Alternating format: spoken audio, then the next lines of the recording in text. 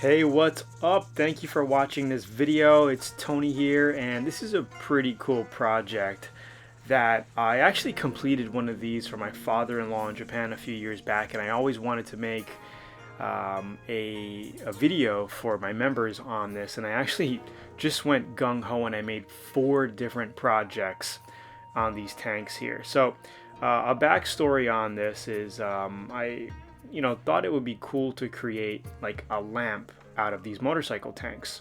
So I picked this one up off of eBay for about 80 bucks or something, got it to my house around 100 bucks or so. And it had a damage on the left side here. You can see the crease. It was in an accident. The fork hit it and dented the front of the tank.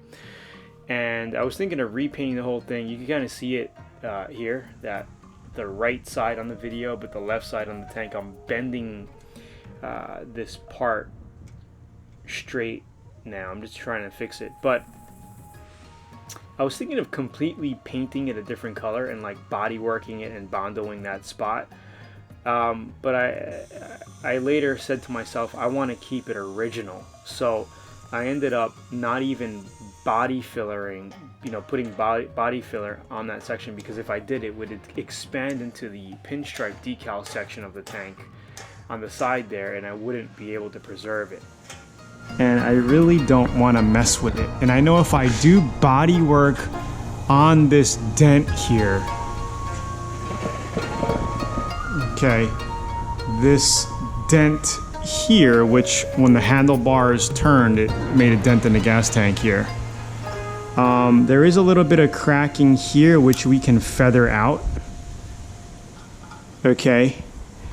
But if I pulled this out and did body filler bondo and then feathered it and primed it, it's definitely going to get over here. This is like less than an inch. This is like 3/4 of an inch away from the body over here. It's going to be very tough to blend it right in here.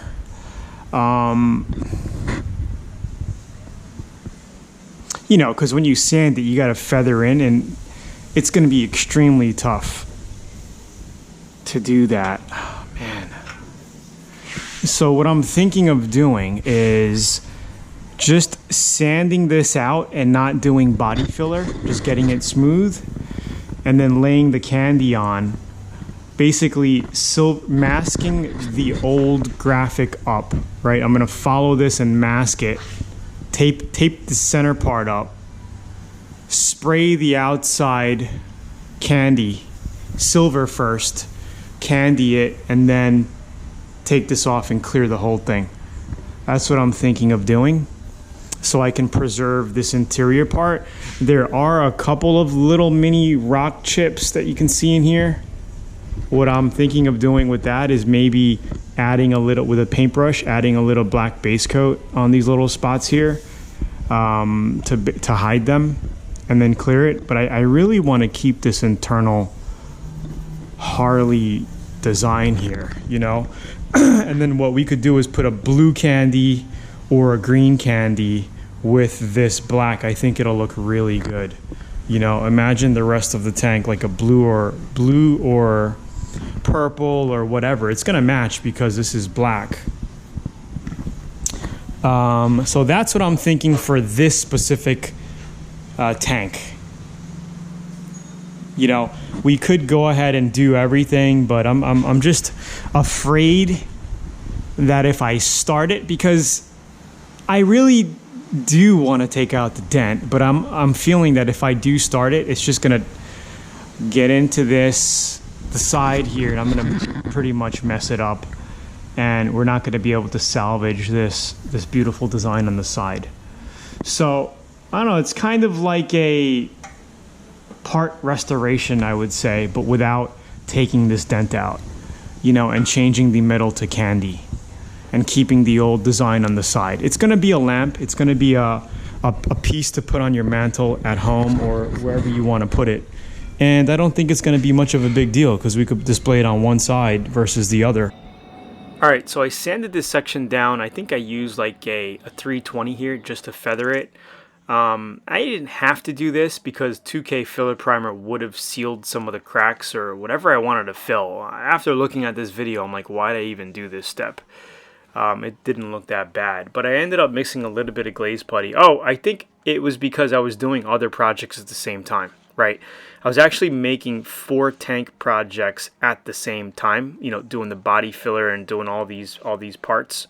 So that's why I made so much extra of this glaze, because I was glazing the other tanks. That's why. Anyway, and I figured, hey, let me just add some in this section here. You'll see it come up in just a few seconds. Right over here. So it really didn't need anything, but I just put a little bit of glaze there just because, and then I feathered it out. So here what we're doing is I found a thick body washer from one of my classic car Chevelles that was actually this great diameter, perfect diameter to put over this gas tank hole here, the gas cap hole, and weld it on. This way we could put our mounting stud for our lamp, right? So basically I'm just grinding this down here, and then we're gonna basically pretty much weld that washer on it and bolt our lamp stud so we can screw our lamp on it. You'll see what I mean in just a bit.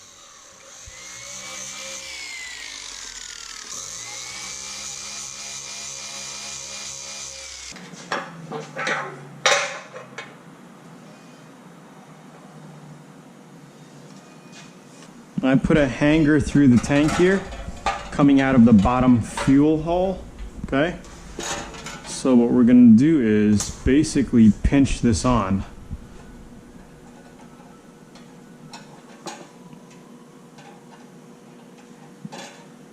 Okay, it's just pinched on so we could pull it through. And maybe I'll kind of go like this so it's easier. Okay, so we're gonna pull the cord through top of our gas tank here. Okay, done. So here are all the pieces that I got with it. Okay, we're gonna go ahead and put our washer. Maybe even we'll put a lock washer. Well, we only need a washer, lock nut, and our bolt.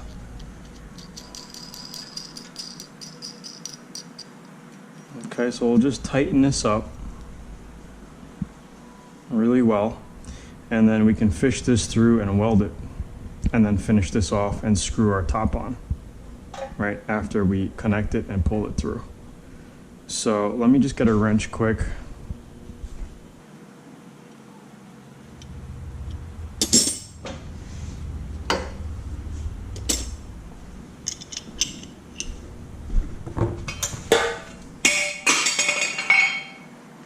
Okay, we will hold this side.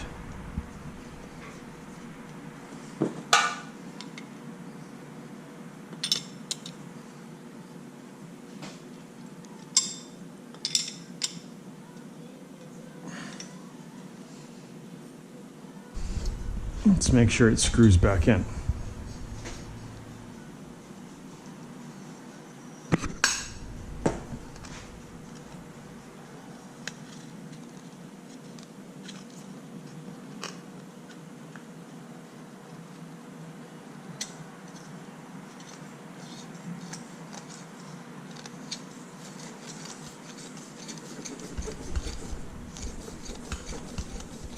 Okay, it does screw back in. Now it'll give us a chance to make it tighter.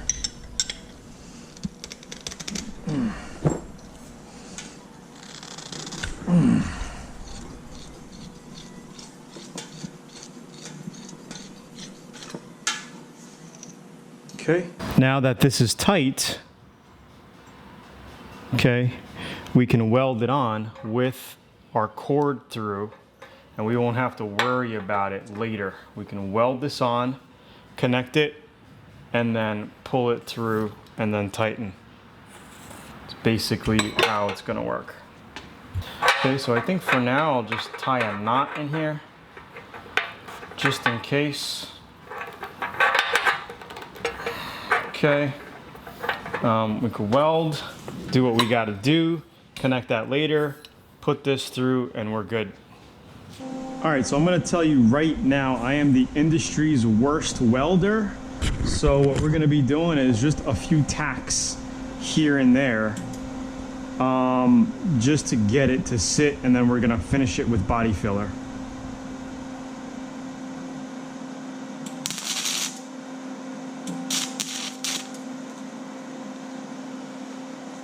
Okay, so that's a tack.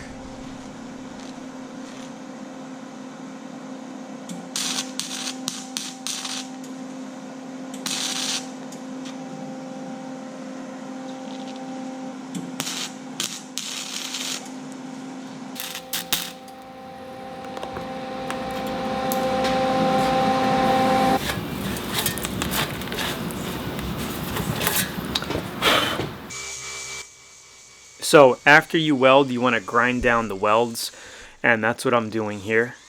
Kind of just feathering it out because sometimes the metal pokes out and all that. So we're just grinding down the welds, and then we're going to mix up some body filler lightly and just go around it and seal it up very nice to give us that smooth finish that we're looking for.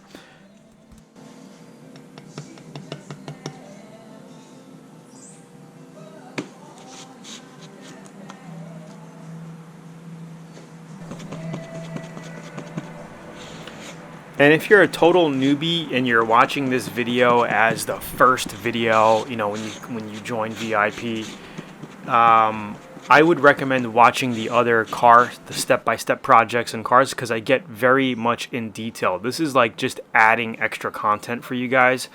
So if you want to learn like even more in depth, like what kind of body filler I'm using, how much hardener to put in it, and all the little details, then I would really recommend watching a step-by-step video in the course. Start off with the A to Z. Start off with the manual. Go through the course because the more advanced stuff comes through here, and I kind of don't explain every little detail because I figure you pretty much know everything by now, right? So after laying that, we let it harden, and we're basically using a DA here and sanding with 150 grit, just getting it smooth. And we might put another coat of filler on it to smooth it out even more, to get it nice and uniform. It's not a lot of body work, right? It literally took maybe, not even an hour to get this part done.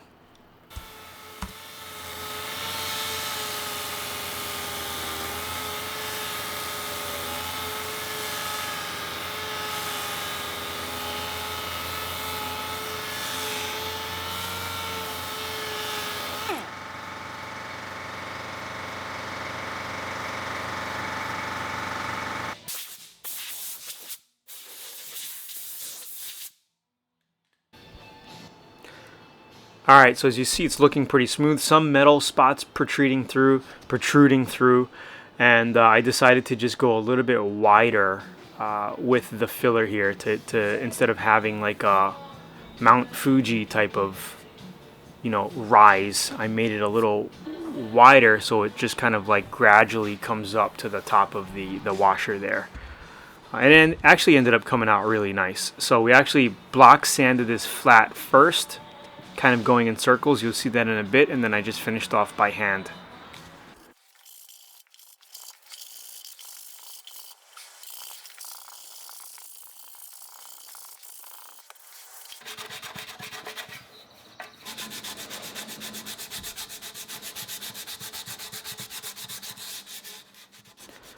Now all the scratches that you see, that is basically going to be filled. See, that whole top area is all scratched up, right? That's going to be filled up with our 2K primer. I think I'm actually even using an 80 grit right now. That's an 80 grit color paper. The top I'm just hitting down with 320 grit right now. Sorry about the lighting here. And we're going to get everything ready for primer. Now, prior to doing any of this body work, remember, I washed the whole tank down with 800 grit. So if we get any overspray on any other area, it'll easily blend or sand right into it, okay, as a feather sanding. So I'm using a primer here called Spray Max. They come in aerosol cans. It's a 2K, so that red the plug that I put in the bottom actually activates the internal hardener. It pops it, and then you just shake it up and spray it. It's pretty good stuff. It also has a little adjustment, that red valve at the top, that little knob. It actually adjusts from narrow or wider fan patterns. So I think I just made it a little wider here. And it's good for a few hours after you pop it. And I noticed that you could even put it in the refrigerator. It'll last a good day to 2 days and still work. So I'm just going to give this thing a couple heavy coats. The first coat I usually go light. I actually did other tanks in the process here. So I'm just coming back for like a second coat here, I believe it was. And we just filled it really well because the primer is basically going to fill up all the sand scratches and imperfections and everything in between. And then we wash sand it with 600 grit, I think I used. You could use 4 or 600 grit. I used 600 because I didn't want to cut through on the pinstripe section, because this is it's more of a restoration. It's not a complete job, so I didn't want to cut into that pinstripe there when feathering my primer into the black. You get what I'm saying? So watch the next video and you're going to see exactly how it's done. Thanks.